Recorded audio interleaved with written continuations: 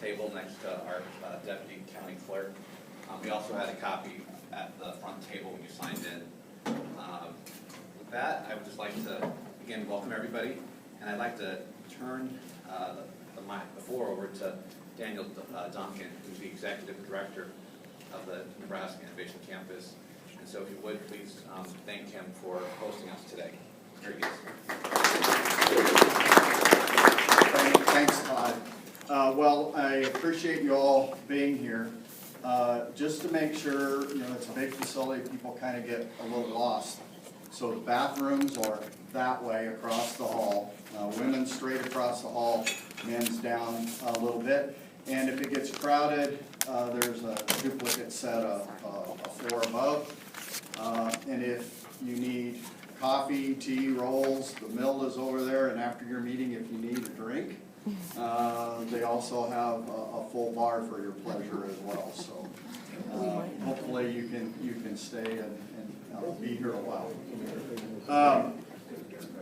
I was asked to give you just a little bit of a background about Innovation Campus. So I actually work for the Nebraska Innovation Campus Development Corporation. We're a 501c3 not-for-profit, and our sole mission is to build out this former state fairgrounds area into a public-private research and innovation campus in conjunction with the University of Nebraska.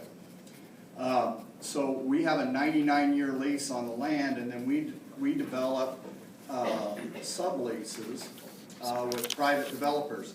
So one of the misconceptions a lot of people have when they come out here, they think these are all university buildings. They're all privately owned, with the exception of the conference center you're sitting in. So when you walk out the doors headed to the bathroom, you're going from public to private, okay? Because this building's actually condo. We work at creating in-depth relationships between the university and the private sector. And we do that in a variety of different ways, but basically at our core, what we work really hard at is developing an environment in which talent wants to be. We have 25,000 students adjacent to us here in Lincoln, and a percentage of those, that talent leaves our state. So we're trying to create opportunities for them to stay in the state. We're working with businesses across the state, trying to help create value for them in talent attraction for their businesses, and also research that helps them grow their businesses as well. One of the ways that we work on that talent acquisition is culture. We work really, really hard at developing a culture that maybe not I am that enamored with, but that 18 to 32-year-old employee is really enamored with. So we do a lot of fun activities that are designed to get people out of their offices, out of their labs, mixing, socializing with students and faculty from campus, because we know that you can't design innovation, but you can create environments in which it's far more likely to occur. So that's really at our core what we're all about, is creating that environment that keeps talent here in Nebraska and helps businesses grow. This is a short video that'll give you a 2-minute overview of the campus. We're doing big things and really pushing the envelope here. Doing research and exploring new and innovative things. Had to have that potential for growth and expansion. It allows for this type of connection to happen. Nebraska Innovation Campus is the place to build the big idea, where imagination meets hard work and collaboration yields results. Turning another shovel of dirt signals growth, new office space for partners joining the drive toward opportunity. With 30 partners, Nebraska Innovation Campus has grown to include a conference center, greenhouse, pilot plant, and office or lab space for new and established businesses. This is the collaborative space that up to 6 companies will use. Scheduled to open soon, the Biotech Connector is an incubator for emerging biotech companies. There's this tremendous capacity, this tremendous horsepower from the University of Nebraska system to launch new companies and create new innovations in bioscience. Nebraska Innovation Campus is fertile ground for companies with a mission. Launching an innovation campus would offer us the opportunity to have that statewide reach. Also, the university partnerships were going to grow even more importantly as we expand it. This incubation space is really important because it really allows us to leverage our small company in a lot of ways. For entrepreneurs, businesses large and small, students and faculty researchers, it's happening. At a conference, a workshop, a working lunch. Whether you're a startup, you're an early stage company, whatever, you're always gonna run into similar types of issues. And so if you can talk through them and what their experience was, that's pretty beneficial. As a student, it's a great opportunity to be able to work here at the Nebraska Innovation Campus. I'm around all this great state-of-the-art technology and experts in the industry. Direct connection with faculty research interest. What's happening with UNL as we've joined the Big Ten has really generated great growth in the university, great growth in downtown urban living as well. Nebraska Innovation Campus, spaces and culture that inspire. So this just orients you to where we're at in Lincoln a bit.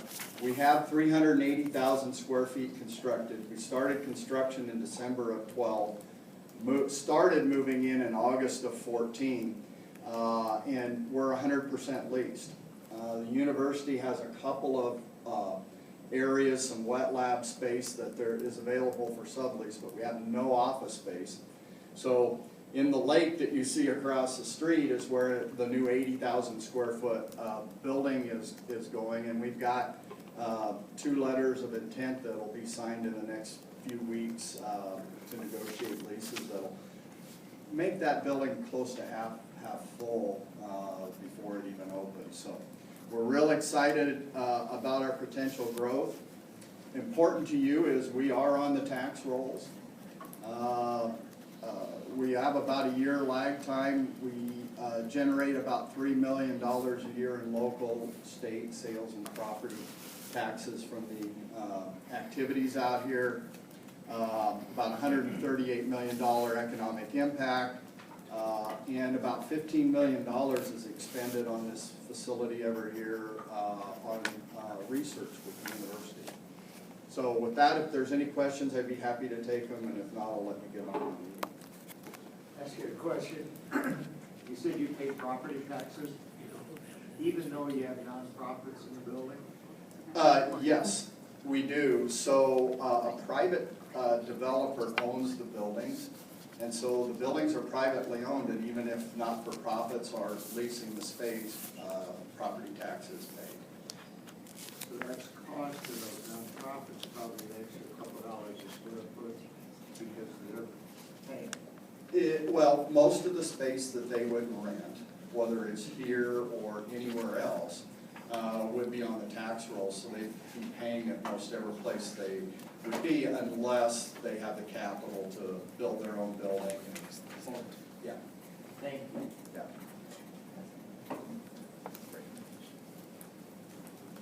Okay, well, thanks, Tom. No, thanks, Daniel, again, for hosting us. It was, I remember many years ago when this was just a dream, and in the early 2000s, the community leaders got together with the university. The past president really made this vision a reality, and so I think over the next few years we'll see a lot of exciting things happen here. And I think it's important to note that this campus is not only beneficial to Lincoln and Lancaster County, but it's beneficial to the entire state of Nebraska, because it is the flagship of the university system. But there's a lot of close working relations with businesses in Omaha and Sargent County. So again, thank you so much for hosting us, and we look forward to being back, taking part in some of the new amenities. So again, thank you.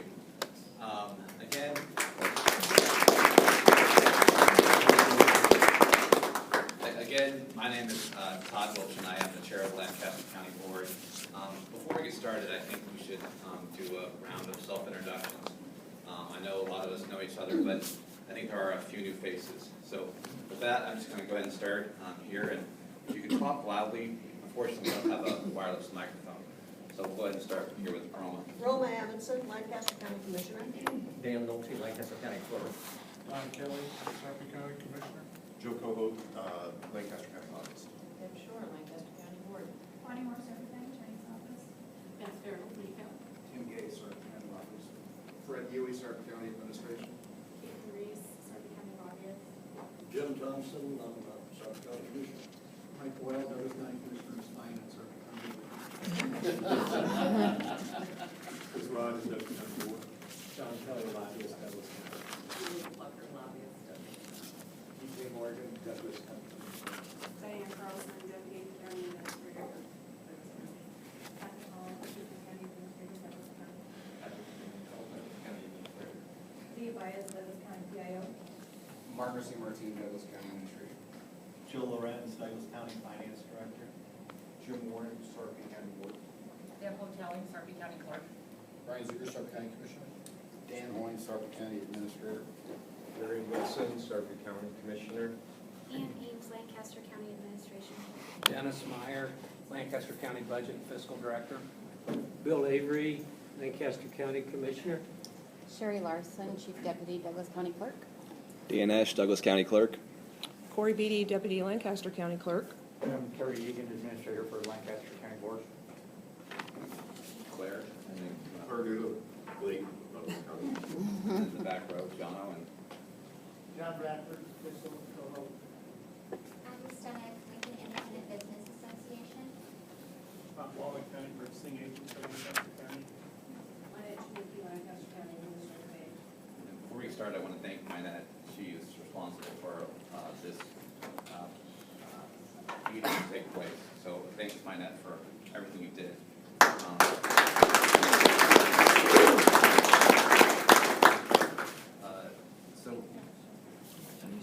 I want to again thank everybody for being here today. I think it's important that the three counties get together at least once a year to kind of go over some of the things that has transpired over the last year, but also what's going to happen next year. Obviously, with the financial situation of the state, 2017 was a difficult year for a lot of us. We did have to spend a lot of time in a defensive posture with the reduction in revenue. I think we all know what is at stake. Unfortunately, when the state decides that they want to start reductions in budgets, I think one of the things they forget to realize is the effect that it will have on the state, on the counties.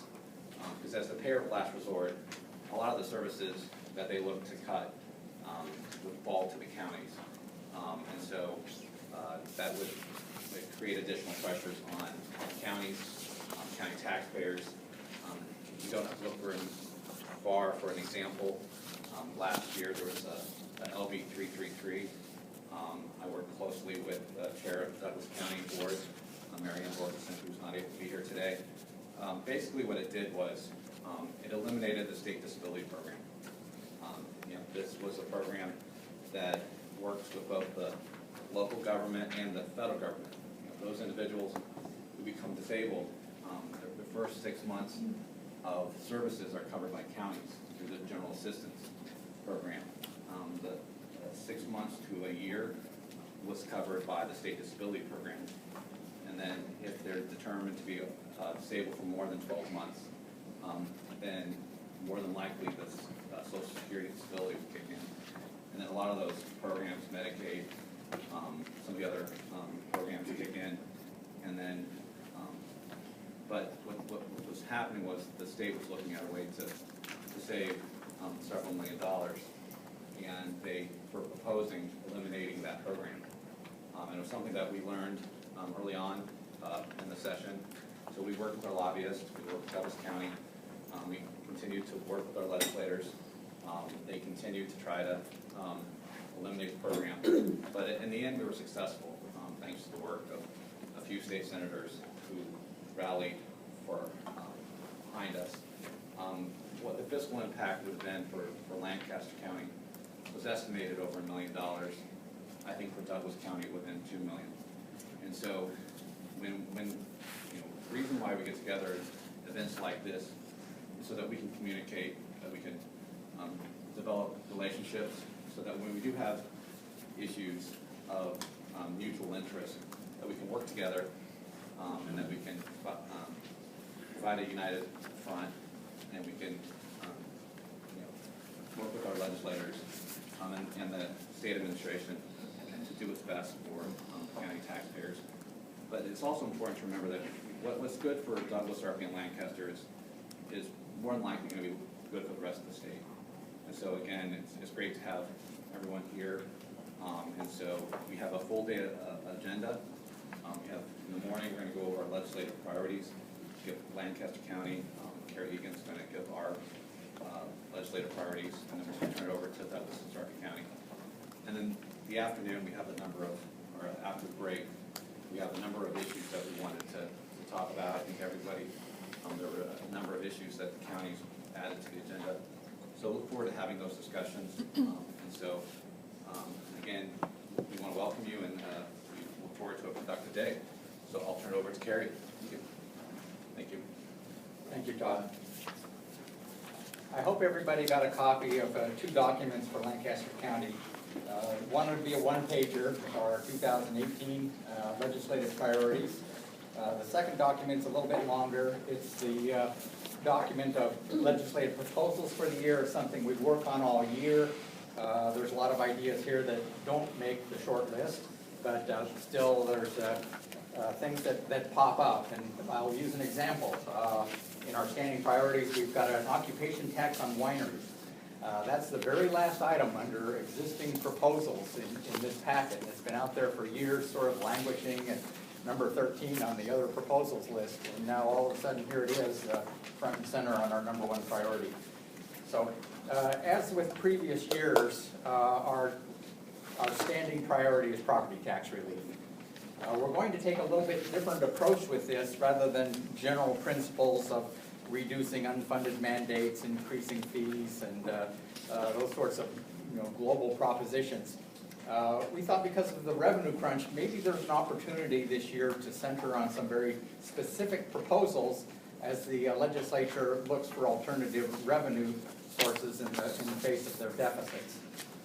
So we're going to, again, advocate for the tobacco tax increase, which has enormous health benefits, and hopefully the counties could get a share of any tobacco increase. Our tobacco tax is well below the national average and certainly needs to be raised. Number 2, the occupation tax on wineries, which just popped up on the list. Somebody saw it there and said, hey, that's a good idea. This came to us through the county clerk's office, I should mention, because we're seeing a proliferation of wineries and event centers and other things that are not paying any taxes, but certainly causing a big impact on county services to support those economic activities. So we like the economic development, but maybe the bars, the other types of locations pay the tax. It probably would be fair for wineries as well. Number 3, I think Bill Avery would personally like this one, because I think he was involved in the legislature previously and had a very unhappy experience because of the opposition. But and this was Roma's idea, to remove the sales tax exemption on soda, energy drinks, and candy, and earmark the proceeds for property tax relief. With various proposals, this would be no small amount of money. And I think in the proposals that's under number 7, removing the tax exemption on soda would bring, and other sugar drinks would bring $12 million, and going further and implementing a 1.5 per ounce sales tax on soda and energy drinks could raise $150 million per year. And we would advocate that some of these proceeds should be used for property tax relief. Last is a bill that's on general file, so we decided we're going to pick one fee bill that definitely has a chance of passing. That's the handgun fee that's administered, the program's administered through the sheriff's presently $5. There's a big increase in the number of handgun applications. The LB 81 would raise that fee to $25. And then going down our list quickly, number one, funding for adult criminal justice reform. And I know that Sarpy County had raised this issue when the administrators met a couple of weeks ago. We have direct statistics and evidence now that LB 605, passed in 2015, is causing our jail population to rise. Our statistics are also predicting that it will be a precipitous rise in the next 2 years as more people are put on probation and then sentenced to jail rather than prison when they violate terms of probation. When LB 605 was passed in 2015, the County Justice Reinvestment Grant Program was instituted and $500,000 was appropriated statewide to help alleviate the impact of LB 605 by providing for community-based services designed to keep people out of jail in the first place. That revenue is in danger. I think only the larger counties that have the populations in jail availed themselves of the grant opportunities, and so the legislature may perceive that it's not important. If anything, that money should be increased. If LB 605 is going to cause an increase in the jail population, then the state needs to appropriate money so that we can develop more sweeping community-based programs to keep people out of jail. I think you've heard us bemoan the fact that we've got a jail that's been open only since, I think, 2013. We're approaching capacity already. So we're doing everything in our power. I know Commissioners Deb Shore and Todd Volchin have recently reinstituted what's called the Justice Council that brings together all the major stakeholders in the criminal justice system, from sheriffs, prosecutors, defenders, nonprofit entities that provide services in the community for maybe mental health treatment, alcohol, drug treatment, and trying to look at ways to reduce the jail population. Todd or Deb, do you want to say anything about the Justice Council real quickly? Yeah, I'll just make a point that it was the entire county board that made the decision to reactivate the Justice Council. It was something that was done back in the 90s. It kind of fallen by the wayside. But as Carrie mentioned, we did reactivate it because we saw that our jail population was rising rapidly. And we did it last spring. And I have no doubt that if we had not reactivated the Justice Council, to get all the people in the room, we probably would have been full over the summer, and we probably would have had to start opening up new pods. And so a lot of the priorities that you'll see on our list, 1, 2, 3, and even 4, are as a result of that working group. And it is a great opportunity. As Carrie mentioned, we have, not only do we have members of the county board, we also have city council members. We have law enforcement, the sheriff, the police chief, the chief of the university police. We also have the county attorney, the city attorney, the public defender, representatives of the defense council, and as well as providers, especially with behavioral health. We've had several very good discussions about some of the issues that we're facing as a result of not only LB 605, but also some of the other correction issues that are facing the state. As we move forward, I think we realize that the state's going to look to solve some of their problems by shifting those responsibilities down to the counties. So I think it was important for us to have that discussion. I would also point out that while they're not able to participate, we also have a representative from both the district and the county court, as well as their administrators are also involved in those discussions. And so I think it's helpful to have everybody in the same room talking about these issues. And so it was, like I said, it's a good tool that we've reactivated, and I think we'll have a lot of beneficial projects that come out of it. We'll talk about it here in a few items, but there's a 24/7 program. I know that Sarpy County utilizes a similar program, but I think that's something that we could work to improve for the entire state. Commissioner Short? I just want to talk, it does give us the opportunity to look at national models and other funding streams. One of the things that we're looking at on the Kansas City model, we had a group of stakeholders go down and look at, it's a 23-hour facility, so somewhere between an EPC type level commitment where you don't have to take them to jail. We can hold them there for 23 hours, get them connected with services. And we're working with a community health endowment, another one of our nonprofit funding agencies in this community, and looking at those frequent flyers. They're targeting just 2 or 3 individuals that they have done a case study on that is costing, as you won't be surprised, millions of dollars in services when you consider law enforcement, public safety, mental health services, court time, jail time. So it's a facility that we could open up that might reduce the demand on jail and help make more of it use our community funding. I'll turn it back over to Carrie. Thank you, Todd. Yep. Number 2, funding for juvenile justice reform. I think everybody remembers the 2013 law, LB 561. It was going to revolutionize juvenile justice. There's a lot of good concepts in LB 561. In fact, Lancaster County has been at this since the mid-90s. We strongly believe that community-based treatment is more effective than incarceration, pretrial, and then boarding homes or incarceration after a determination that the court has jurisdiction. But you can't just say it in the words, you've got to have the action following it. There needs to be more funding for additional post-adjudication community-based services. They're lacking right now. We've established our pre-adjudication program. Sarah Hoyle, our Human Services Director, is doing a fabulous job on that. Lancaster County has 1 child in detention right now, pre-trial or predetermination status. We have about 30 people, 30 juveniles. Other than that, most of them are awaiting placement in services. So there needs to be more funding for post-adjudication services.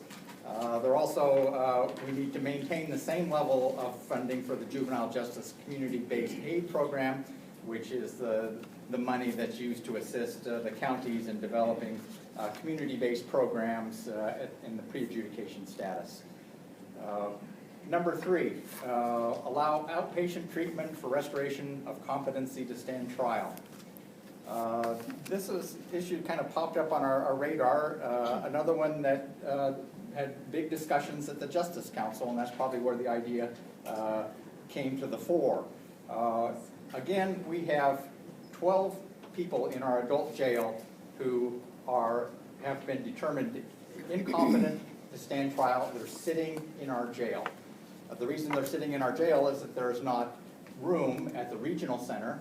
The statute that determines how incompetency to stand trial is determined by the courts is 29-1823. That provides that competency treatment to restore competency to stand trial must occur at a state-owned facility. When we started looking at these people who are sitting in our jail, we found that there was a pretty large number of them who were accused of non-violent misdemeanors. So the question arises, why are these people sitting in jail? They're non-violent offenses. They apparently are mentally ill to the point that they cannot even assist in the defense of their case, which is the standard for incompetency to stand trial. They're sitting in our jail. Some of them there's others who are bonded out. They're all awaiting placement at the regional center. In appropriate cases, if we could allow treatment in the community, especially for those who are already out on bail, or if they're in jail, maybe through our community corrections department supervision, that would be a tremendous help to both the state in their management of the regional center and the counties in their management of the jail, and most importantly, to the people who need the treatment. The last place they need to be is sitting in jail, and that's precisely where they're sitting because of the statute that requires placement. The average wait for a person who's awaiting treatment for incompetency to stand trial is about 60 days.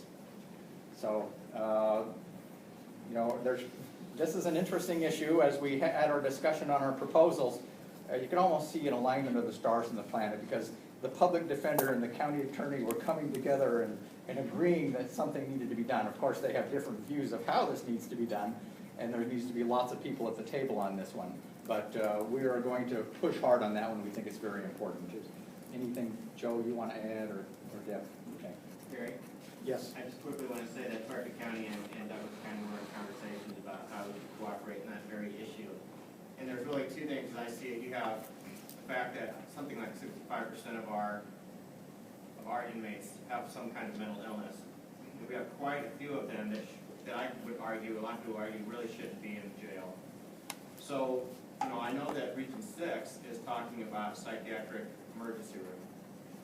But then in addition to that, I have for a long time thought that we need to have a forensic care unit somewhere. But the issue is, how do you pay for it? Because, you know, whether you revamp something or build something new, it's going to be quite expensive, and we all have other projects on our table. But that is a critical issue. We're reaching max population in our jail quickly. We're over 1,300, and so something's got to be done sooner than later. Of course, the challenges are in this, of course, the public safety is the number one factor. We did have an incident in our jail this week where one of our correctional staff was assaulted by a person who's awaiting treatment for incompetence, or actually has not even been determined incompetent, but they were there for 2 months. It was clear that they were just getting worse, and you know, the assault arose out of that. Todd? And I'll just piggyback on what was just said about the regions. It's the same issue on Region 5. Is there does need to be, and I've had discussions with Sherry Dawson at Behavioral Health, she's the director at HHS, about that very issue, because this population, the level of care they need, it has to be done by a board-certified forensic psychologist. And that is something that Nebraska does not have very many of those. Region 5 doesn't have very many, especially inpatient. We have none. I'm not sure about Omaha. There may be some out in Hastings and Kearney and Mary Lanning and Richard Young, but that's something that is lacking. And I think it's, again, it's connected not only for corrections, but I think on the behavioral health side as well through the regions. So I think there is a nexus between the two. Thank you, Todd. Moving to our fourth priority, we believe that statutory changes are needed to implement the statewide 24/7 sobriety program. I wish I had Kim Etherton, our community corrections director, here to explain this program. But basically, what it is a person who's charged with an alcohol-related offense, usually driving under the influence, is given some incentives that if they will participate in this program, which involves testing twice a day. I mean, it's a huge imposition on their life. We needed to get the program set up, but in other states that have done this, South Dakota, probably the prime example, been hugely successful in reducing the number of future offenses for alcohol-related offenses. But we do need some statutory changes to fully implement this program, especially in the area of mandatory sentencing and driver's license provisions. For years and years, it's just get tough on drunk drivers, and you still see repeat offenders over and over and over and a high rate of recidivism. This is a different approach to it, but without the statutory changes, we can't offer the carrots to the mandatory sentencing provisions or the loss of driver's license.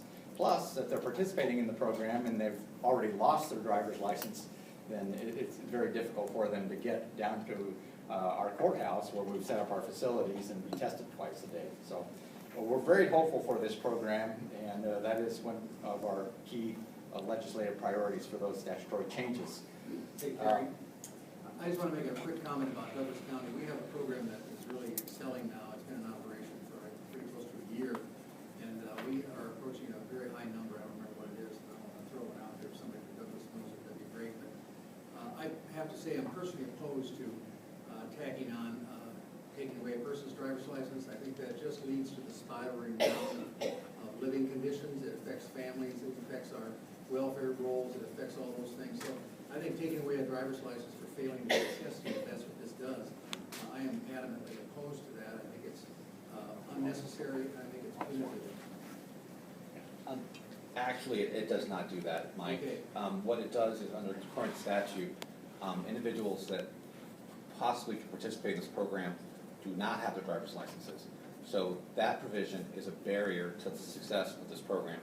One of the things that we would like to do is to allow for individuals who participate in a 24/7 program would have a driver's license. And that way, because we realize that other than a public transit system or a rideshare program with a family member, these individuals are not going to be able to make it to the testing facility. So that's the carrot, that's the statutory change in law that we need, is to allow for that, for the multiple offense drunk drivers. Okay, well, in Douglas County, we're coming in by the numbers. I don't know how they're getting it, hitchhiking or whatever, but we don't seem to have that much of a problem. We have several thousand people in the program and traveling through. We're adding drugs as well, 5 major drug tests to it. So that just isn't a factor. But if you come up with some scheme that helps them, fine. I just don't want to take away their driver's license. It was never intended to add additional penalties.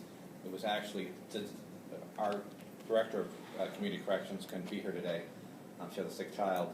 But the purpose is to increase the success of it, to increase participation. Because, and I think Douglas County, like you mentioned, it not only is it for drugs, it's also been successful in other areas, in other states, using it for other drugs, like you mentioned. And they have some of the unintended side or benefits. You end up having lower rates of spousal abuse, domestic violence, because a lot of those incidents occur because of alcohol abuse or a substance abuse. And so what the legislation, and we've talked with a number of state senators from Lancaster County, again, is to try to increase, to provide some incentive to have more people participate in the program. And the bottom line is, in Douglas County, if they fail the test, they go to jail. We've only had a handful, so it's amazing. Yeah, it works really well. Yeah, ours is similar. But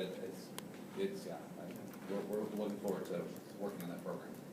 Yeah, Mike, I totally agree with you, and that's why the purpose of this priority is to amend those mandatory sentencing provisions. I mean, those are mandatory. You don't pass go, $200, you go to jail, you lose your license. We need to amend those statutes to make more sense. Thank you. Number 5, I think there's been a lot of interest in all the counties on this item, and I have Bob Walla, our purchasing agent, and I'll let him address this issue. We think it's time to increase the minimum purchasing thresholds, and Bob, I'm just going to let you address this issue.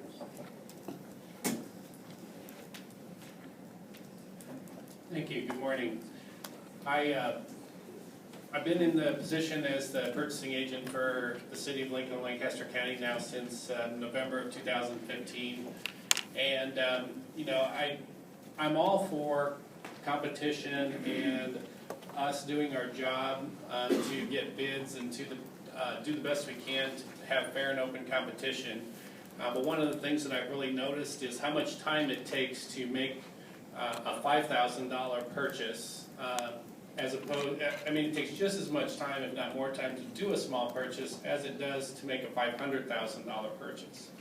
And looking at the County Purchasing Act the way it is right now with the $5,000 minimum threshold for departmental purchases means that we spend a lot of time with those small purchases, and it's taking away the time that we could be spending on cost analysis and other strategic purchasing objectives in order to get to the best value we can for the county. So we are very much in support of this so that we can spend more time on these larger purchases, but we still have a process in place that's going to give us best value and fair and open competition for the other thresholds that are listed here. I did choose the thresholds that are proposed here based on the fact that the state of Nebraska just revised their purchasing thresholds last year under LB 320. You know, there was no magic number to this, but it seemed like it was, as it was approved there, to me, there would probably be a good possibility of having it approved here. So, are there any questions?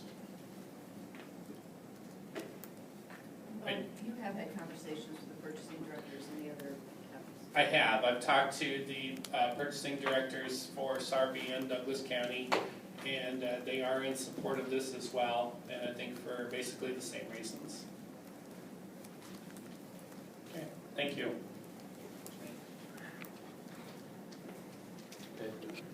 That is the end of our priorities. You should also have in front of you a document that's called the Lancaster County Legislative Proposals for the upcoming session. I won't go over this in any detail. I did want to point out a few highlights. There were some successes last session. LB 152 eliminates the sunset clause on the Register of Deeds Technology Fund.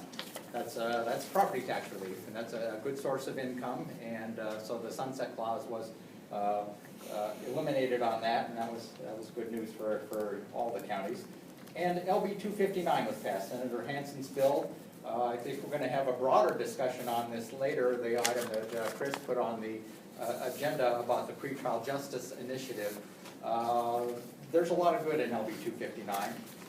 We appreciate, Senator Hansen, that the Lancaster County had some concerns how the bill was originally written, because it would have been an administrative nightmare to administer. We estimated up to additional 2,000 trips to the courthouse and other things, but Senator Hansen was very open to our concerns, and the final version of LB 259 Lancaster County was very comfortable with. One of the things that we pushed for originally was to eliminate altogether credit on fines. That we don't think people should be able to sit in jail at taxpayer expense and sit out their fines. Should be other ways to approach that. But we did get the credit raised from $90 to $150 for each day served in jail. Of course, it was the first year of the biennium, so there's a number of issues that are still hanging out there. We always have hope for LB 567, which is the Health and Human Services rent provision. That's facilities as they existed in 1983, the counties have to maintain and provide for HHS. There's a big majority of counties that are paying zero under this. The facilities are being consolidated into a few counties. It's just not fair that some counties pay and others do not.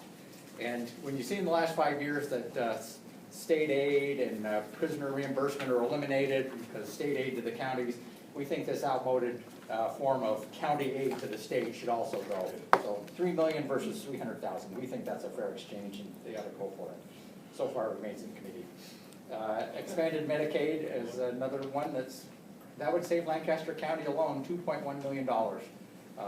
Because virtually everyone who would be covered under expanded Medicaid is covered under our general assistance medical. So it's not like the government's not paying for these people, it's just a question of whether it's the property tax or a broader tax base that's paying for it. LB 47 is not a huge bill. It eliminates the county responsibility to pay for grand juries and autopsy costs for deaths that occur at a state correctional institution, also held in committee. Not a big savings to the county, maybe $28,000 a year, but again, it's a service being provided by the state that covers the entire state that only a few counties are paying. LB 68, the firearms bill, is still pending. I think Douglas County got what they wanted. The concern here is that the way the bill is written in Lancaster County still, a person could open carry a firearm into a court facility, which for some reason, we don't think that's a good idea. I know there were exceptions made for Douglas County, I believe. We're pushing for the same exceptions for Lancaster County. Our sheriff, who didn't mind the bill, that really does object to that provision. That would be a security nightmare for us. LB 510 remains a concern. That's a hard cap of $25 million on installment contracts. That's the way our building commission works. In all of our public buildings, Many related to public safety are funded with installment contracts and bonds and various other forms of payment. This would essentially shut down our comprehensive plan that we have for buildings, and would be very disruptive for Lancaster County if we have to go out and get a vote of the people every time we need to expand office space for the county attorney or probation or other departments. LB 434 is another bill that we're concerned about. We were neutral on this bill. It allows evidentiary hearings by video conferencing in juvenile court. So with the consent of all the without the consent of all the parties, that's the big change. You can do it now with consent, so long as due process rights are protected. A lot of opposition to that bill from the defense bar. We've recently spent a lot of money in expanding our video conferencing. We think it saves money on transportation and reduces the safety risk of transporting juveniles to court. But we are very cognizant of the due process rights of the party involved there, and both the juveniles, the family, and the other people who are affected by that. Mentioned LB 81, that made it under our short list, and LB 357 is still hanging out there, which is for the motor vehicle title bill. People from other states like our low rates, so they're flooding some of the offices with motor vehicle titles in the state. I think an increase may help to delay that. So I really don't have any other comments. Feel free, if you see any proposals out there that strike your fancy. Some of them are pretty technical, and they'll probably languish out there for years and years and years, but we do keep them around, and occasionally one will pop into view. So, Deb. Cory, did you want to just address briefly your locksmith concern, even though it's not on our list, you were going to bring it up with county clerks and Southeast District? Sure. We've had an ongoing concern about locksmith certificates. I don't know how familiar, I don't know how familiar you all are with those statutes, but as it currently stands, there's a standard application, and as long as that application is submitted, filled out completely, and they submit a $5 fee, we issue a locksmith certificate. We've had some instances, and some counties, I believe, maybe Douglas does background checks. We do not. We cannot, we were told. So we've eliminated that. We recently had a case where a woman came in with obvious mental health issues. We spent hours with her because she wanted to apply for a locksmith certificate. She filled out the certificate numerous times. We spent many hours with her, like I said. And she got this certificate because she finally got her form filled out completely. Lo and behold, what does the locksmith certificate allow you to do? Perform locksmith services and obtain locksmith tools. So lo and behold, we got a call from an attorney for, who was it, Dan? One of the car dealerships on North 27th and I-80, because she was trying to peddle her services at their facility and used that facility address as her business address, came up with her own business name, which is all completely legitimate. There was absolutely nothing we could do to forego issuing this license. So now they had to file cease and desist and go through this process. I mean, all for a $5 fee. I mean, I'm sure there's other cases out there that maybe even seem more extreme than this one, but we've just had an ongoing concern that either the legislation needs to be abolished because it's kind of worthless, or it needs to be tightened up, whereby in statute there's specific references allowing counties to perform background checks, having specifics with regard to what kinds of violations can be on your record that would warrant a denial of your application, and then a renewal process, because who's to say if there's no renewal process in place, after 1 year you go and get charged and accused of burglarizing something, but you still have your locksmith certificate. I mean, it's absolutely ridiculous piece of legislation, so we've been frustrated by it for years. I think the person Cory's referring to is familiar with Douglas County as well. So. I think she has, yeah, a locksmith certificate in Douglas County as well. I've got a comment, I guess a question too, on page 3, number 3, appointed counsel costs. First of all, on C, I think that maybe is this the statute that refers to the county attorney allowing diversion for driving under the influence, which I think only Sarpy County has? Yes, these proposals were the result of our, in 2011, under Dennis Keefe, our our public defender, we did a Lancaster County Indigent Defense Advisory Committee meeting, and these were legislative proposals that they came up with as a result of that. I've read the statutes and the cases involving the pretrial diversion program for DUI, and Sarpy is the only county that does it right now. And you know, there supposedly was an attorney general opinion out there that no one has ever seen, but it did authorize. They're the lovely laws. Let me bring up item D. It says expand the state contribution for indigent defense, including more funding for the Commission on Public Advocacy. I don't mean to surprise anybody, but I think Douglas County has had the services of that commission once, fairly recently. And I think we need to take a serious look at it because I don't think it's doing what it's intended to do. I think one of the counties here is really fortunate in getting services from them, and we get nothing.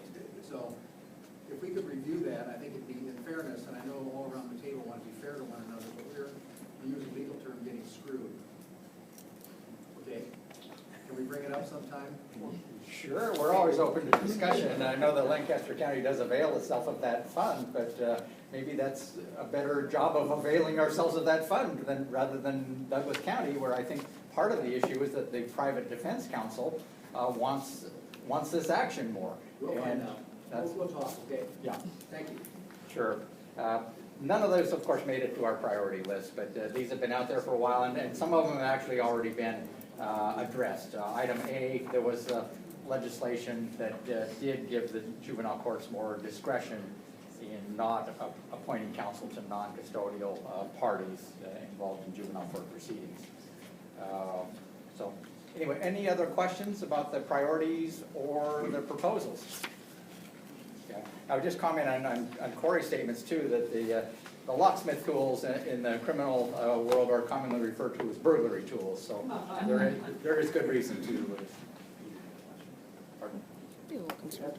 510, putting the cap at $25 million, I guess Douglas County hasn't taken a position, and that's probably important for us to look at, because if we were going to try to work with something to take care of the courts and so on, to build facilities, and it costs more than $25 million. Yeah. And if you're trying to go to the road of the people, it could be a big challenge, so we should, in my opinion, join with you on that and further discussion.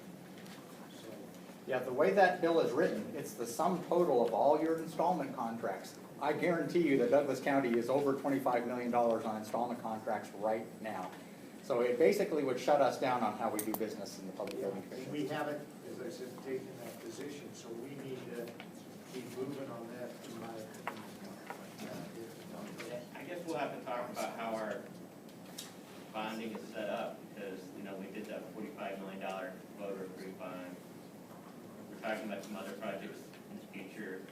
So, you know, before we can really speak intelligently on that, we'll have to sit down with, you know, Joe and I and bond counsel to see how that applies to us. Because when you talk about installment contracts, I'm not really sure, does that apply to how we've done our bonding? Well, Canada, I mean, bonding is part of it. It's broader than that.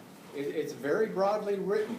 It's designed to get at the practice of the city of Lincoln of participation certificates or something. And so it's really tailored towards that practice, which is issuing debt without a vote of the people or issuing bonds. But it's very broad. It has to do with only the bonds that are issued without a vote of the people? It's broader than bonds. Look at how broadly that statute is written. It's very, very broad and could be very disruptive, especially for the larger counties. Okay. Seeing no further questions, I'll turn the microphone back over to Todd. Thank you. Thank you. Thanks, Gary. Next would be the review of the legislative priorities by Douglas County. I don't know. I'll take it. Good morning, everyone. I think you might all know me. I'm Marco C. Martin in labor and legislative work for the county. My team here, it's our lobbyist team is Sean Kelly and Ms. Tucker, Kelly Tucker firm. So really quick, and I'll be brief with some of my comments. My board takes a formal position on their priorities, usually in November, December of every year. Everybody can hear me fine, right? I'm super loud. Okay. We'll see you. That works. Cool? Okay, thanks. All right, so my packet that I handed out, it has the front of it is a resolution, and then it's followed, the very last page is on a legal form, legal size form. Okay, hope everybody has that. The first document that I have, it's again, this past session, the 105th first session, primarily a defensive session for us. My county board took a position on 21 different bills. You can all hear me all right with this? It's not making me. We took a position on 21 bills. Most of those bills are still active. Only a few of them have been resolved, so I guess we anticipate a very busy second session on the bulk of those bills we took position on. That's that very last page. It's not handwritten, it's just that legal size form. Those are all the 21 bills that my board took a formal position on. I'll start at right at the beginning. It's so handwritten page 1. It's a resolution from December of 2016. Again, this has been touched on by Carrie, but I'm at the middle of that resolution there, 1, 2, 3. I think year after year, kind of our general position on certain items, jail costs, capacity, the fallout from LB 605, that's a major issue for us. Our jail is also like Lancaster, we're pushing capacity, and so, it's causing a lot of overtime, et cetera, and we do see a direct link to LB 605. Had that discussion with our corrections director a couple weeks ago. So yeah, again, that's something of significant concern to us. Second item on there, it's unfunded and underfunded mandates. You all hear that from us every single year. It's more and more that certain things from the state level get pushed down to the county level, and we're caused to pick up that tab. And I think number 3 there, I know it says automotive sales tax.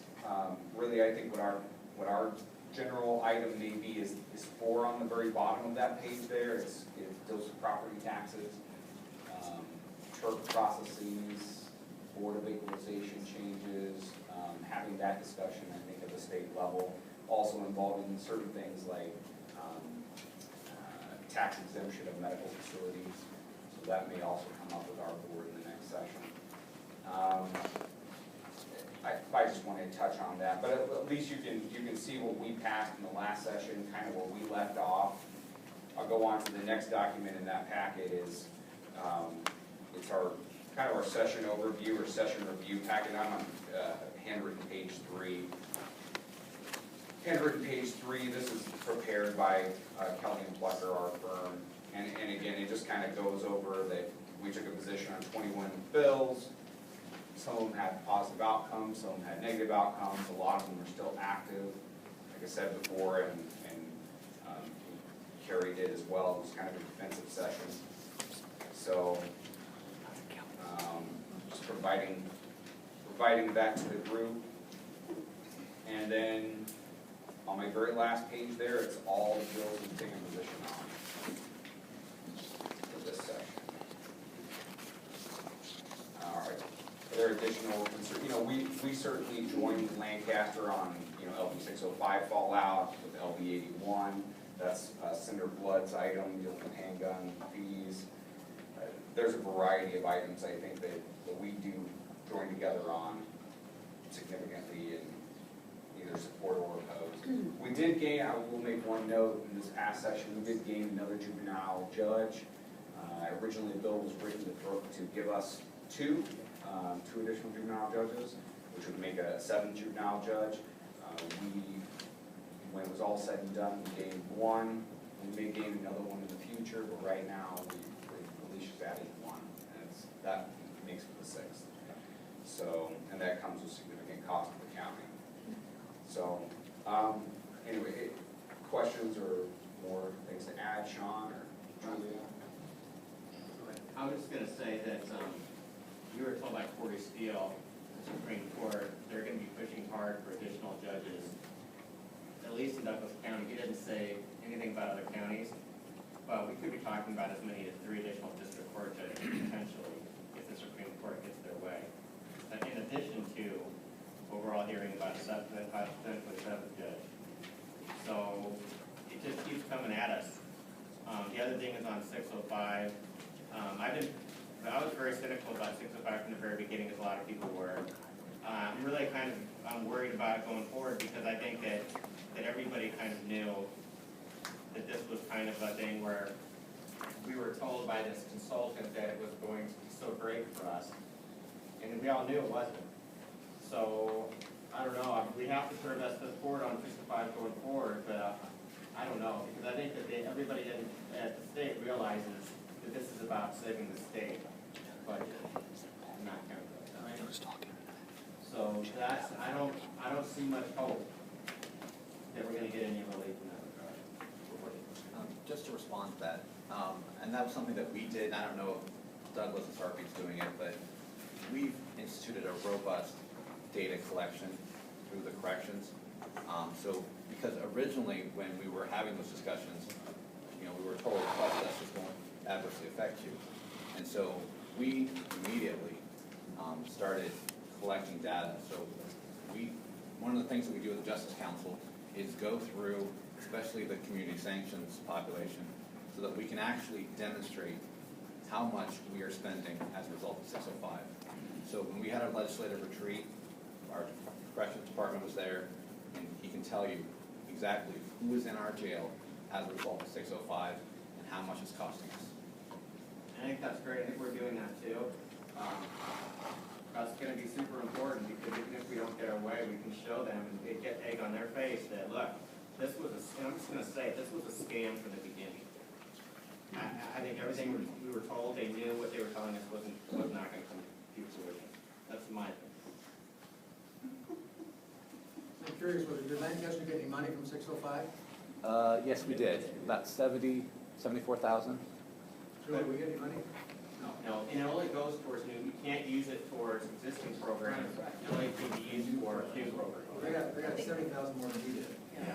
Well, I'm shocked by that. What we did is that, and it will be coming out, we worked through Community Corrections to get that money. Yeah. We applied for a Bureau of Justice Assistance grant through the Department of Justice. And that's, we made the case. And we're doing it because we had to come up with new services. So it's a pilot program through the Department of Justice. Right? And we're using It's not a 605. It is. We're using the money. Stay tuned. We're using the money as the match. So that was our grant. We used the 605 money to leverage $3 million. We got a $3 million grant for a 3-year program through the Department of Justice, and we were able to use the community reinvestment funding as leverage to get the grant. But it's an extensive, we have to have, we're in the initial phase of planning it. We have to hire additional staff. We have to develop all new programs. And again, it's designed to manage that population. And we used 605 as a reason why we needed the federal grant, because this is something that's happening, I think, across the country when you see states pushing their populations down to counties and local governments. Did you apply and not receive any? Is that what you're saying? Or you didn't bother to apply? Well, I don't know. We're going to have to talk to our corrections director about that because I'm surprised you got anything out of it. But again, we have so many robust programs now. It would be great if we could get some money for new programming, but we already have a whole host of programs. Right. And it would be great if we could amend the statute to allow us to use that money to enhance existing programs. I think that would be a reasonable request. Just to follow up on your other comments, I think we all saw this happening. That's why we were really adamant. We actually, timing was helpful for us. We had a new corrections director about the same time that 605 got implemented. And that was one of the hiring requirements that we had for him was the data. We really pushed that we collect that information so that when we went to the Crime Commission, we could say, here is what's happening to Lancaster County. And we get down to the person.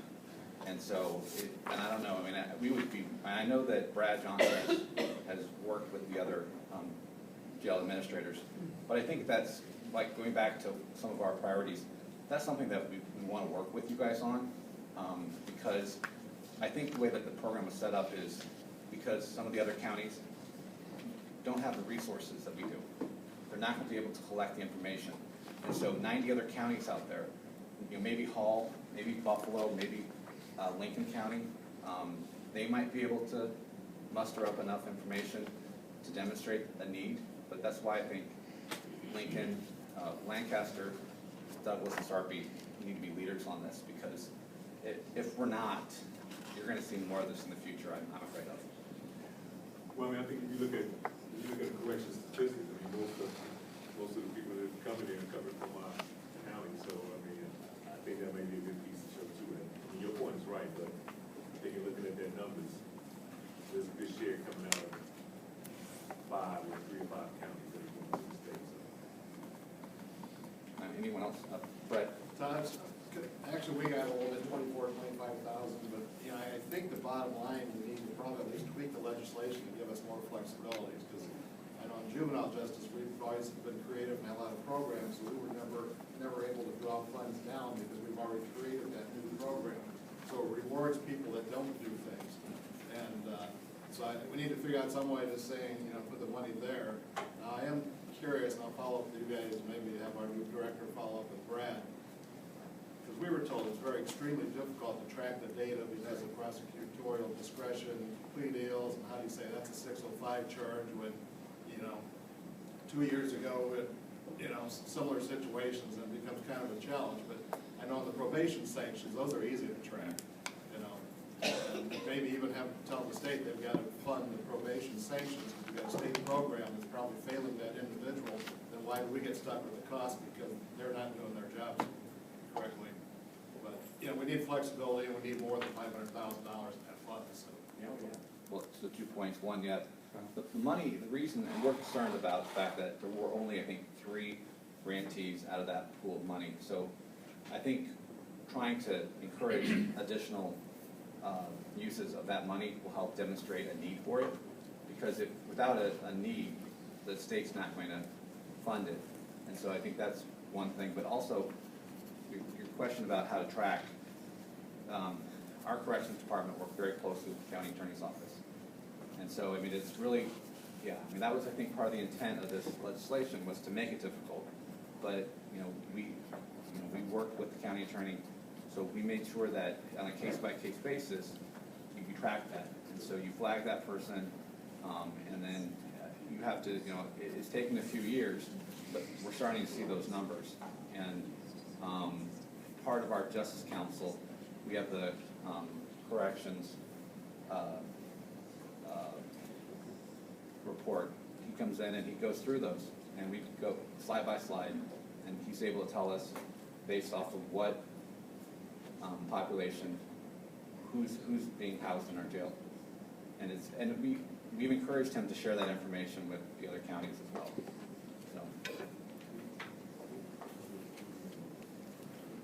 So anything else from Douglas County? I don't know if. Well, we're going to credit committee with Director Boxell here and see if he can tell us what the situation here is for us, because anything we could get obviously is better than nothing. Yeah. Well, and going back to that BGA grant, it's, yeah, I mean, there's a match involved through local. We had to come up with some county resources to get that, but we did use all of it. You know, one of those things where it was we definitely put a lot of effort into it. And, oh, wait, well, get it. I'll get it. Yeah, the challenge always is coming up with the funding to create the new community-based programs or expand what you have. You look at the per diems for jail, we're up to about $100 per day. Community corrections, $15 a day. But it takes a capital investment in community corrections in order to have those programs that you can take more and more people out of jail. 259 is 100% dependent upon a very effective community corrections program. Without it, LB 259 will fail because your failure to appear rate will skyrocket. I speak from experience on that, being a public defender in Utah for 5 years. That's the #1 charge that puts people in jail, is failure to appear. The more effective community corrections program you have, the better job you do of getting people to court in the first place. I also like the fact that state aid counties for prisoner reimbursement we got $1.5 million, and now we have 605. So I think it really is important to expand LB 605 funding for the community programs, and we need to speak in one loud, unified voice that this money should not go away. And I think there's a real danger of it not being appropriated this year. So. Great conversation. I think we'll continue to talk about that because I think we're all on the same page. Because right now that pool of $500,000 was a one-time funding, and so I think in order to make it an annual, and that it would be very difficult given the budget state at the budget issues at stake. But I think it's important as we continue to discuss adult corrections that we continue having those conversations. With that, I'll turn it over to Sarpy County for their legislative priorities. Good morning, everybody. Morning. We just had a one-page handout, so I hope you all have a copy of it. We have 3 initiatives this year that we're calling priority, although I would tell you there's a couple others that myself or some of the other commissioners would also consider priorities. I would tell you from listening to both Lancaster and Douglas priorities, we're in lockstep with a lot of the initiatives you guys are pushing, so any way we can get on board and rally support from our state senators to get those across the finish line, we'll certainly push for that. This first initiative is it says Turk, and first of all, I probably ought to qualify my comments here, because I love our assessor, okay? Like my colleagues in Douglas County, there is probably nobody I respect more than a county assessor. And there's nothing better than sitting in a Board of Equalization meeting and realizing every time that you're the second smartest guy in the room. But this one really chaps me, my height personally, and I know it bothers all commissioners who sit on a Board of Equalization and rule at protest hearings, or when taxpayers come in with legitimate grievances about assessed values, and the Board of Equalization overturns the assessor's ruling, and there's relief until the next year when they get their tax statement, that assessor goes back and just sets that limit right back where it was. It's no different at the Turk, at least in Sarpy County. So maybe this is a local issue, maybe it's not a tri-county issue, but I doubt it. If a taxpayer doesn't get relief at the county level, of course they can appeal to the Turk, and then, the Turk process is laborious and time-consuming.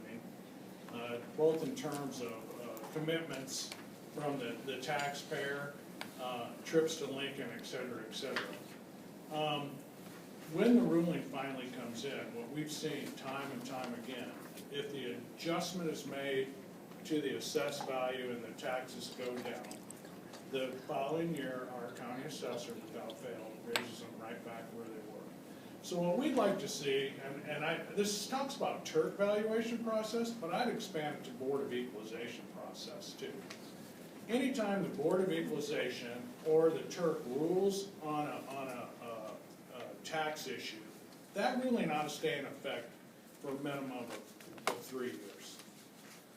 It shouldn't be so onerous that the taxpayer has to come back year after year after year after year to get his taxes set where they should be in the first place. So that one's a big one for us. So I guess it's sort of related to us. I mean, again, I'm not trying to be pejorative against assessors, but they all have their different methodologies of doing things. and here's a perfect example of why this is important to us. In Douglas County, their assessor set their property tax rates at 93% this year. And that was done for a lot of reasons, maybe some of them political, I don't care. But it's 93%, and it's well within the state statute, which allows taxes to be set from 92 to 100%, or the assessed value. So, in Sarpy County, 96%. Why is that important, that we're 3% higher this year? Well, because we share a lot of common levies with our friends to the north. Metro Community College, the NRD, school districts cut across the county lines. So anybody that falls in that criteria is automatically paying a disproportionate amount of taxes into those common levies than their neighbors to the north. That's not equalization. That's not fair, and it's not uniform. Matter of fact, there's a constitutional clause called the Uniformity Clause that says that tax rates should be equal across the state and assessment methodologies should be the same. They're clearly not. That's not a legislative agenda. That's more a Department of Revenue agenda for us. But that's it's like Tom Petty. We won't back down. We're going to stand our ground on this one because it's wrong. It's wrong, and I don't blame Douglas County. I really don't. My animosity is not toward them. It's toward a system that allows somebody to be taxed at a higher rate because of their address, and that's just not right. So. Anyways, I'd like to see the Turk valuation process improved.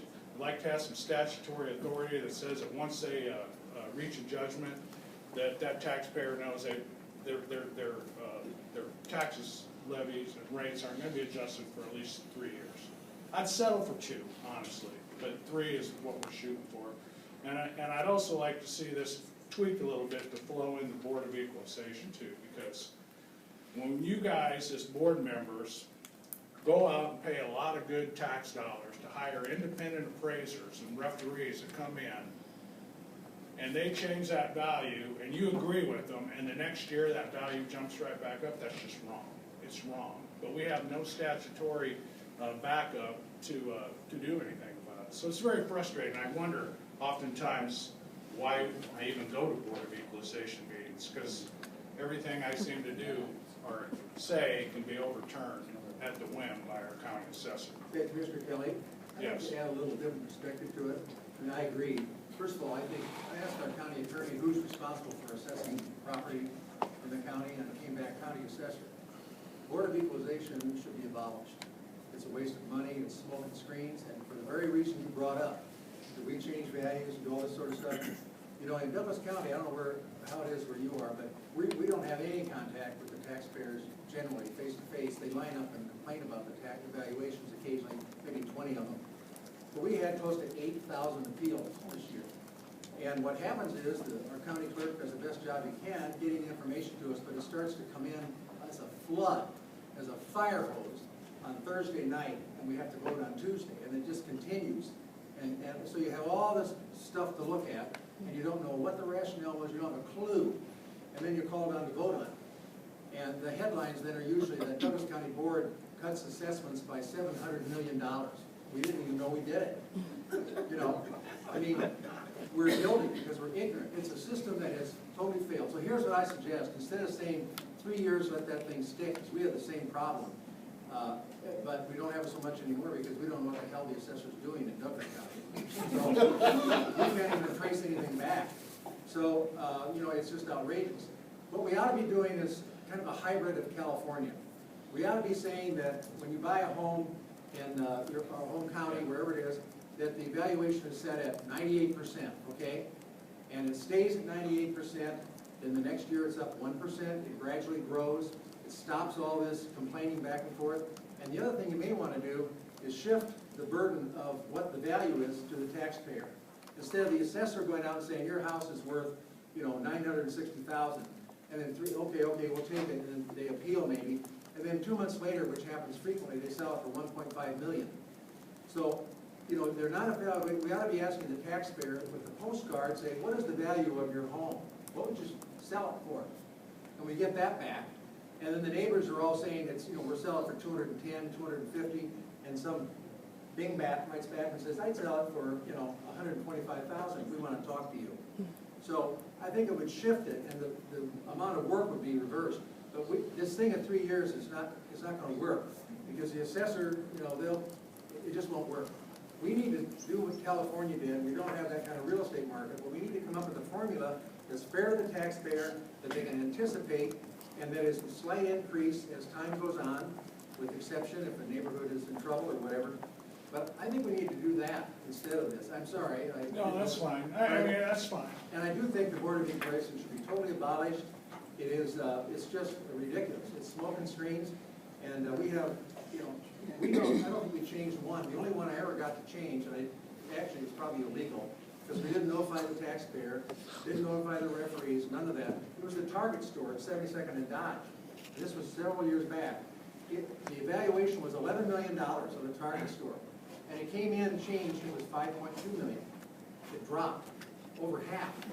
And so I thought, you know, this, I go there once in a while, but that's not right. So I made a motion, and the county board, with some exception, got it through. We raised it. Better do that. We raised it.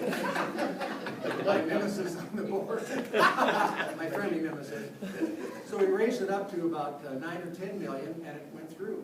But that was one valuation that we changed out of 5,000 or 6,000. I mean, and you just wouldn't believe the stuff that we have seen come through there. So. Well, I appreciate it, Commissioner Boyle. I mean, there's probably different methodologies we could take collectively to get to the same result, but Yeah. I mean, in general, I agree with what you say. The Well, Board of Equalization. There are communities around the country, like Boise, Idaho, there's Chicago, other places that do all, and it works. And we are just stumbling through this, and we have an elected official that, I'm sorry, she just isn't up to the job, and I thought she was. Thank you for your input. Sorry. No, that's fine. I appreciate the comments, I do.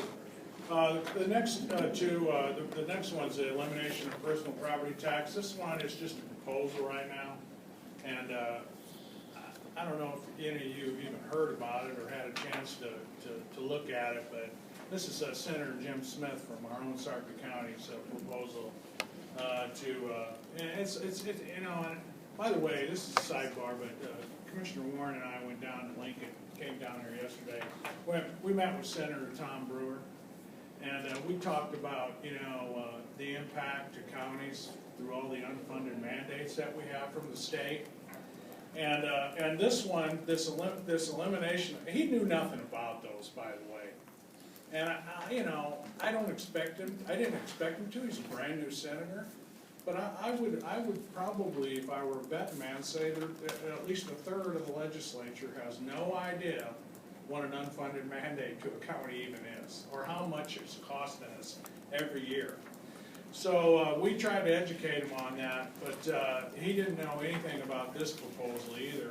And the reason it's a big deal is, and I'm sure it's a bigger deal in Douglas County, but in Sarpy and Lancaster, but we collect $217 million in personal property taxes, and this proposal will eliminate that. Well, the county's share of that is about, I think, 7% or so. It's roughly $1 million. I don't know if that math adds up, but it's $1 million, bottom line, of revenue that we're not going to have, and we're going to have to find someplace else to make up for it, and there is no place else.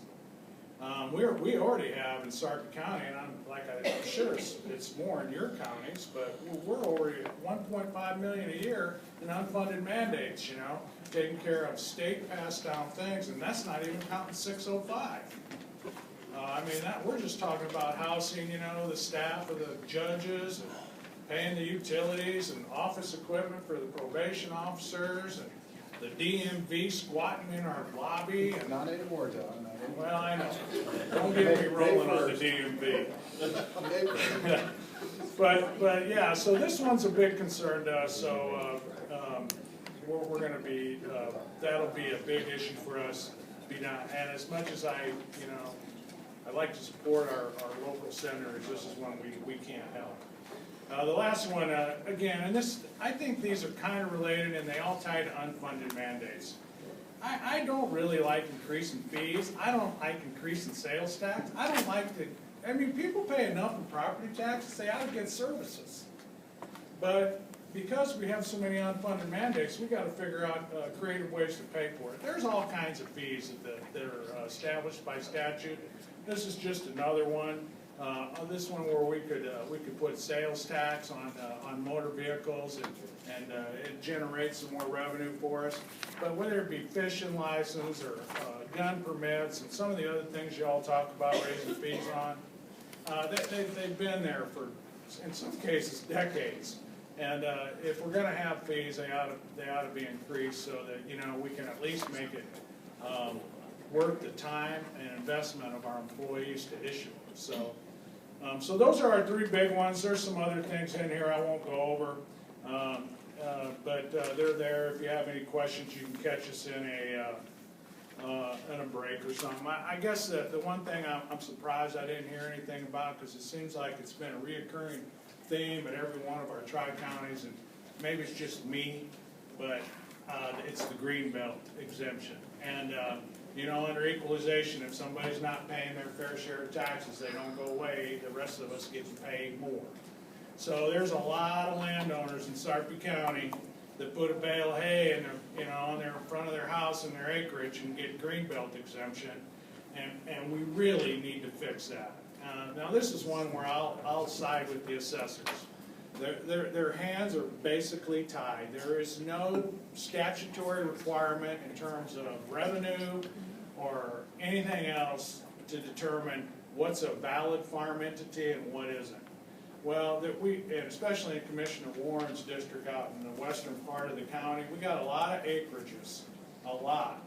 And for rolling up a bale of hay in the front yard, they get a significant reduction on their taxes because they qualify for Greenbelt. So I think that's something we need to tweak that statute, tighten up that, make it a little bit more restrictive, so that we are able to take care of our real farmers, the ones that are really in it as a business and a lifelong profession, and get rid of all these what I call hayseed farmers that just roll in and put some hay down so they can get a break on their taxes. So that's all I have. Does anybody have any questions for our smart guys, Fred and Tim?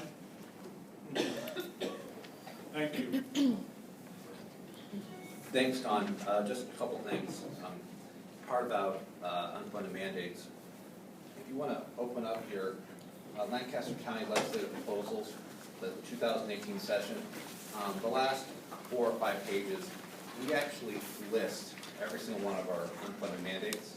It's a comprehensive list that we keep updating constantly, and it's something that we share, and we keep sharing it. Commissioner Shore ran into the governor a few months ago, had a discussion about unfunded mandates. He wants some information. We sent it to him. And it's one of the things you really need to keep track of it. You need to keep telling your story, because otherwise, the state senators always like to pretend, I think, that they don't know what an unfunded mandate is, but I think they do. Chris and then Fred? Yeah, I just want to lift up. On ours, it's number 3, but my purpose for asking for that when we did it, it basically says, you know, a study to support kind of ordinance making, but basically at the heart of it is a study on what's called home rule counties. And in some other states, they do this, and the reason, you know, I'd probably like to lift it up and see if it's a common cause among the 3 is because Sarpy alludes to it in theirs about what happens when you get the 200,000 mark. And so the last 5 years, Lancaster's trying to bump the mark up because of growth. And you're not going to stop the growth piece. So the home rule study gives, you know, counties of certain sizes, certain liberties, and more flexibility. And I think it may be an interesting thing for us to start to look at, because basically, you know, some of the issues we deal with are not what the other 90 deal with. We're trying to fit everybody into a square when issues at one level on a certain day. You know, the study may reveal some things, it would take the state to have some power, but I think a unified effort to kind of look at it and keep working. Yeah, because now we were able to bump up our population threshold from 3 to 400,000. So here in a few years, we're gonna have the same problem. We're gonna have to be at addressing the same issues again, which, you know, looking at it long-term probably might be beneficial to Lancaster counties, but for other counties who are approaching that threshold, whether it be, I think 50,000, I forget what the different groups are, but. Yeah, I mean, in some places, you know, it gives you certain fee authority, but also, you know, gives them certain authority for things, that, you know, probably be beneficial for us regarding health, juvenile justice, correction. It would take the state to get off, you know, its own wheel of wanting to control everything, but I think it's a worthwhile discussion now to push, because at some point, you're gonna keep lifting that, and there will be nowhere to go. So I think some discretion would be well all. Good point. Fred, did you? Well, you raised a good point. We normally do our annual unfunded mandate as well, which Brian Hanson, our fiscal administrator, is updating now. I don't know if Douglas does one, but maybe you want to put the 3 counties together, make sure they go to all 49 senators. I'm also going to challenge NACO a little bit because, you know, a small county out west, a $100,000 unfunded mandate is a big difference. Where Senator Brewer didn't realize that, you know, we got 93 counties that are already proportionally impacted and a lot of stuff. We should probably make sure the entire body knows you guys want tax relief, start covering your unfunded mandates, and we can provide tax relief. Well, and I'll just point out your point, other counties, go back to one of our standing priorities is LB 47, which eliminates the responsibility to pay the costs for grand juries and autopsies. I'm on Region 5 with a member of the Johnson County Board of Commissioners. The riots that they had over the last few years is costing them millions of dollars. And it's, I mean, what is that? It's going to be devastating to the county because between the autopsies, the investigation, the defense, all the costs go along with those incidents. But again, it goes back to, yeah, I mean, I think the other, we can do that, but I think all counties need to be involved in it, correct? And so, Kerry? Todd mentioned Bill 47. I testified on that bill and got into quite an exchange with Senator Chambers about what, we didn't even call it unfunded mandates. In fact, our proposal says services provided to the state. And he pointed out that, well, counties are creatures of the state, we're subdivisions of the state, and everything we do is an unfunded mandate, which is correct. But what the concern to counties is when we are funding services that primarily benefit the state or benefit the entire state. And so I think we need to be a little more nuanced in our approach. If we go over there and just say unfunded mandates, we're going to get a lot of pushback, and we do get a lot of pushback. But there are a lot of services like prisons and other services that benefit primarily the state. The costs are being put down to the county level, and those are the ones, and that's the autopsy cost is a small cost, but that's an example. So it's really a question of tax policy, who are the services benefiting, and who should be paying for them. And it's not just a simple question of unfunded mandate, but that's really what it comes down to. Well, and just to tag on about the need to have a nuanced argument, going back to our priorities and what Don was mentioning, which are those user fees, those increases. In order to be successful, you really do need to make the case that if the reason why we're supporting those increases on those fees is to reduce property taxes. Because what's happening is that if the fees are not increased, the property taxpayers are going to pay more for those services for those individuals. Whether or not it's and when we talk to our county sheriff a lot about the handgun fee, we talk to our county treasurer a lot about the out-of-state licensing fees, and we just, again, they keep hitting the same resistance, which is, well, you're just raising fees, and there are people already paying high enough property taxes. You really have to make the case that increasing these fees will help reduce our dependence on property taxes. And you got to be committed. If you're able to pass these legislation, you're able to, demonstrate that you're able to pass those savings along to the county taxpayer. Otherwise, yeah, you're not going to be successful. Tim. Commissioner, this unified theme of unfunded mandates or lack of proper funding, whatever we want to call it, this is just my opinion here, so I'm throwing it out there, is we all do a great job, I think, representing the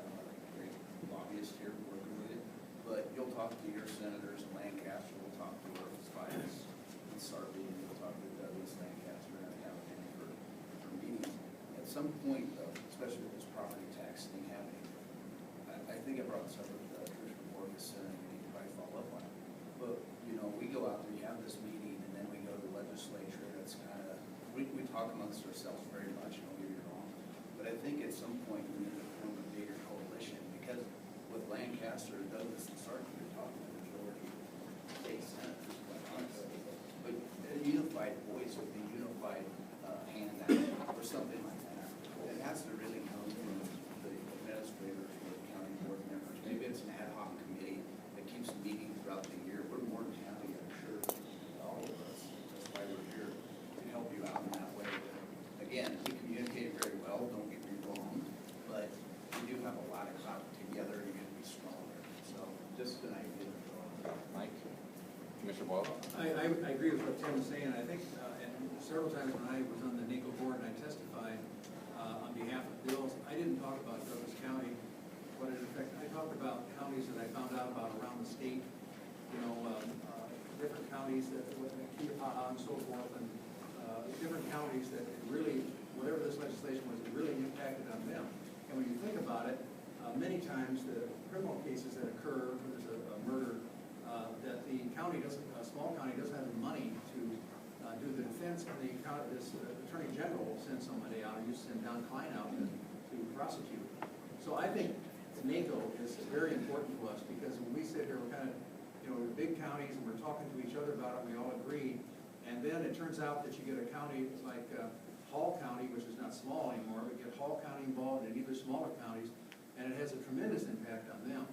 And I think our salvation is going to be in working with NACO quite a bit, because then you really draw in senators from all across the state and make an appeal to them from, you know, I think it's just a good approach, but I agree with what Tim said. We need to do something further. Go ahead, Tim. So when you took it, we all have our list, when you add those lists together, I know you're going to see more of an impact, is what I'm saying. Yeah. And NACO sometimes with the smaller counties has to represent everybody. Yeah. They're in a tough spot, speak for you about that. They're in a tough spot. Yeah.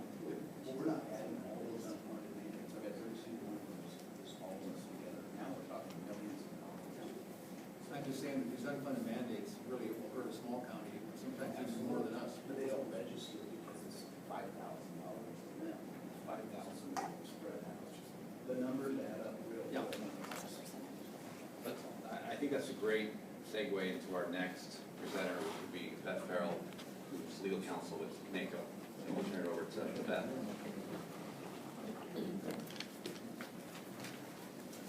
And I can just offer, I know that if Larry was here, he would say we'll be glad to do whatever we can to facilitate getting the information together on unfunded mandates. Whatever we can do, we're happy to do whatever it takes. Just in my head, I'll put in a little plug for our legislative workshop. It's actually a week from today. It's at Wildcat Hills, which is just a little bit south of Scotts Bluff. If you haven't been there, it's beautiful, and it's a great opportunity to come out and talk about more legislation, and talk about what our priorities are. Senator Skinner, Senator Urban will be there, and we'll also determine, NACO board will look at what NACO's legislative priorities will be for 2018. So the document that we handed out is essentially a compilation of the issues that have been suggested to us. Some are feasible, some are not as feasible.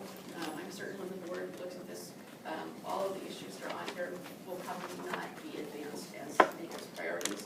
So I'll talk about all of them briefly, but in the end, the list will be much shorter. The first issue was town hall meetings. The problem that we're saying is people don't come to budget hearings and so on. So the idea with this is to have another sort of a less formal, more conversational meeting before levies are certified, before budgets are set, and just open it up to the public and require every taxing entity to have one of these town hall meetings. That process would go on for 5 years, and we'd be able to evaluate it and see if that's been helpful. There are some counties that have been doing this. They are smaller counties, but they have found it to be very helpful to be able to just have a more relaxed conversation with the public.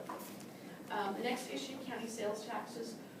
Currently, counties can only implement a sales tax on areas that are not under a municipal sales tax, and they can only be used for public safety services. This issue would expand that. It's sort of a nod to the fact that, okay, we want to have property tax relief, there's got to be some other sort of a revenue source, and this would be that. Next issue, treasurer's deeds. And if treasurers were here, they would tell you that treasurer's deeds are an ugly thing. If the process for that is if someone has to look for taxes, this tax sale certificate is sold on it, then the purchaser can go to the treasurer and ask for a treasurer's deed after the appropriate time has expired, or they can take it to foreclosure. What happens with the treasurer's deed is that a lot of responsibility falls back on the treasurer and the county attorney to determine if all of the steps have been gone through properly. And it really, in the end, the treasurer's deed typically has to go back to court to quiet title. So the treasurers are looking at some sort of process to make that treasurer's deed process better. What we have described here is probably not going to end up being what it is, but it will be some process related to treasurer's deeds. Sales tax collections on ATVs and UTVs. Prior to 2014, the retailer who sold an ATV or UTV would collect the sales tax on site. There was legislation that changed that so that the county treasurer had to collect the sales tax based on the location that the consumer took the possession of the vehicle. Treasurers have found this to be a complicated process. It's much simpler handled at the retailer's level. We thought we had it fixed. Senator Hatley had introduced legislation that would address this. We got all the way to the governor's desk and realized there was a technical glitch, and so the governor vetoed the bill at Senator Hatley's request, so we could go back and fix it. We have not gone back to fix it. This proposal would do that. Next item, increased motor vehicle title fees. Last year, Senator Bowles introduced a bill on behalf of Lancaster County that would have increased the title fees for out-of-state titles. This would expand that to all titles that are issued. It's been about 30 years since title fees were increased, and so this would fall into the lines of some of the discussion we had earlier about fee increases. Hey, Beth, sorry to interrupt. I've asked this of our county treasurer, and I've never gotten an answer. Why is there opposition to that? It's a fee increase. Just a fee increase? That's generally what we've heard. It's a fee increase. Motor vehicle taxes are so high.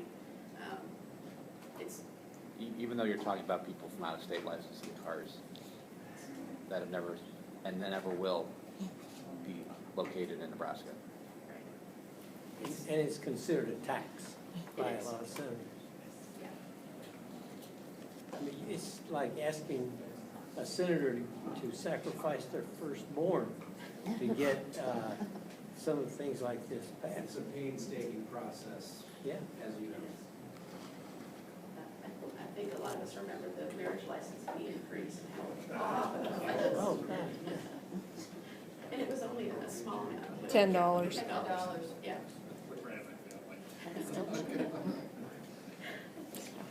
Okay, the next item on the list is extinguishing mobile home taxes from the tax list. The problem with mobile homes is they're mobile. And so they may be on the tax list this year and taxed, and then they just disappear. Or they are, damaged beyond anything that would have any value. They still have to stay on the tax list for a certain amount of time. Then they can eventually be taken off of the tax list, but the taxes are still out there and can be extinguished after 15 years. So this is another issue from the treasurers, that they're looking at some way of extinguishing those faster, just because the mobile home is simply not, it's not there, or it doesn't have any value to it. Next one, parties authorized to protest taxes. This came about because something was brought to our attention this year. An individual protested all of his neighbors' taxes. There's nothing in statute that says that those neighbors would get notice of the protest. I mean, it's good policy, but there's nothing that actually says that. Likewise, there's nothing that actually says when the County Board of Equalization makes a decision on those property owners would get notice of that.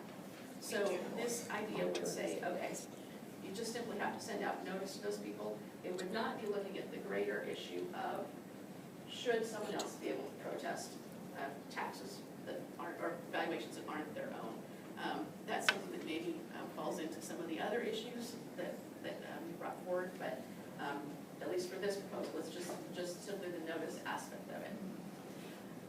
The next one, payment for counsel when an assessor appeals county board valuation.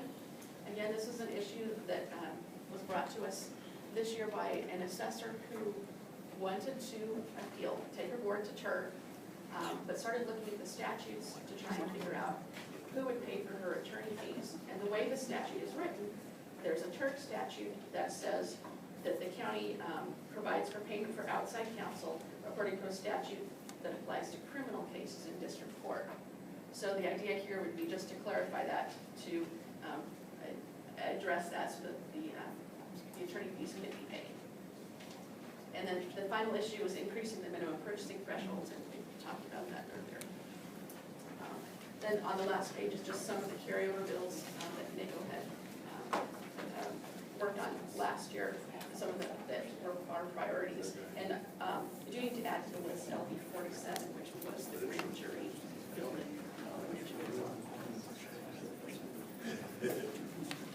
Okay. Mr. Short? Back to town hall meetings. For Chris and Jim and I, next week when we meet with the NACO board to discuss it, I'd be interested, I mean, I see some kind of logistical nightmares with this town hall meeting concept. Kind of want to know what the rest of you think so we can relay that to the NACO board.